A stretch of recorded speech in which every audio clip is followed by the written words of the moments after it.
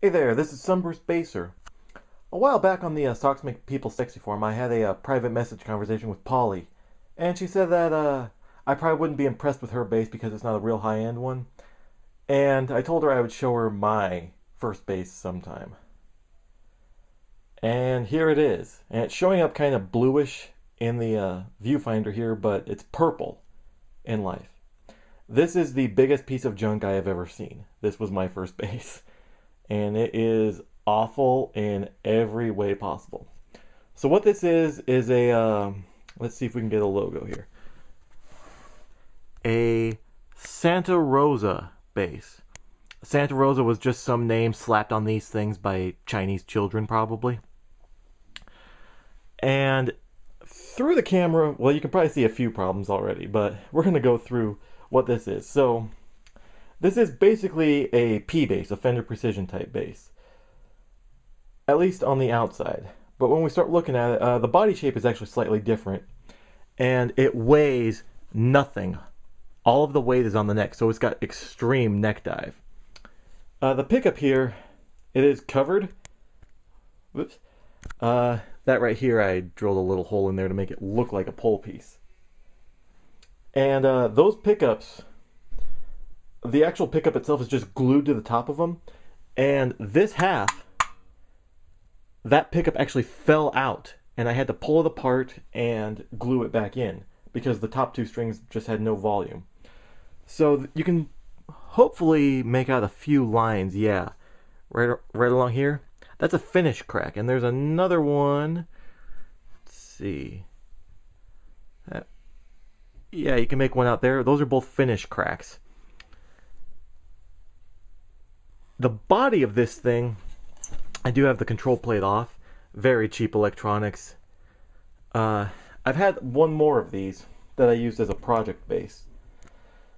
And I sanded that one down and refinished it. And the body is made of like 9 pieces of wood. Like there's a piece here, here, here, here, here, and here.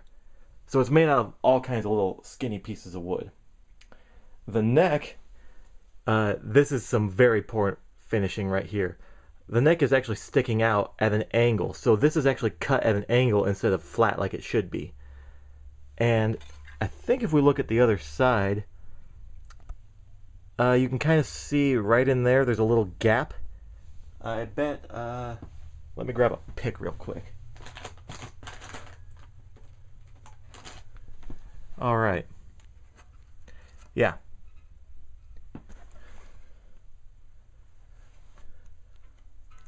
There's enough gap to stick. This is a Fender medium pick. Let's get it. Yeah, Fender medium. You'll trust me on that one. You can slide it right in there. And on the other side is tight. So the fit and finish here is just non-existent. The neck itself, it looks like a maple neck with a rosewood board. This might be rosewood. I don't know. It's probably just a painted piece of wood. It is a separate piece of wood. This is 2 pieces of wood, but I wouldn't be surprised if that's not rosewood. The neck itself is actually, I think it's particle board, or plywood, because it's got this like fake wood over the top of it, and you can see it quite nicely here. Okay, there's a little crack in this outer cover right here, and I can see the wood poking out of it, and I can tell that it's not a maple neck all the way through like on my other stuff. There's another crack right here, and this finish is roughly the thickness of a pick.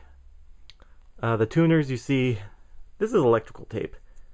All of these things rattle. This one I actually tied on, and it's got the tape on it. But basically, these are so cheaply made that it's just, this post is basically pinched onto the key itself. The key up there. And so when you turn them over time, that post is actually, it's getting wider and wider. So over time, every one of those has come loose, and some of them are actually about ready to fall apart. So how does this bass sound? Well, I don't have my amp here, but it sounds pretty terrible. It's very mid-rangey, very undefined.